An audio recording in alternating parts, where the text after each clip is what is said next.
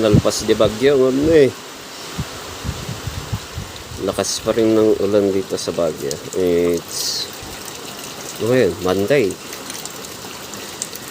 July 28, 2025. Para kami pa rin binabagyo dito sa Baguio. Ayan ang lakas ng hangin.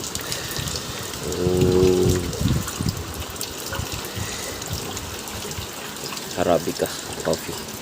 Yung sayote nasa Baguio pa, madaming sayote. Mangga yun sa taas. Lakas ng hangin.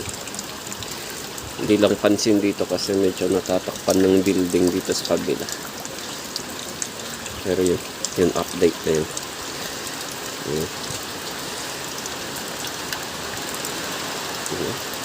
Lakas.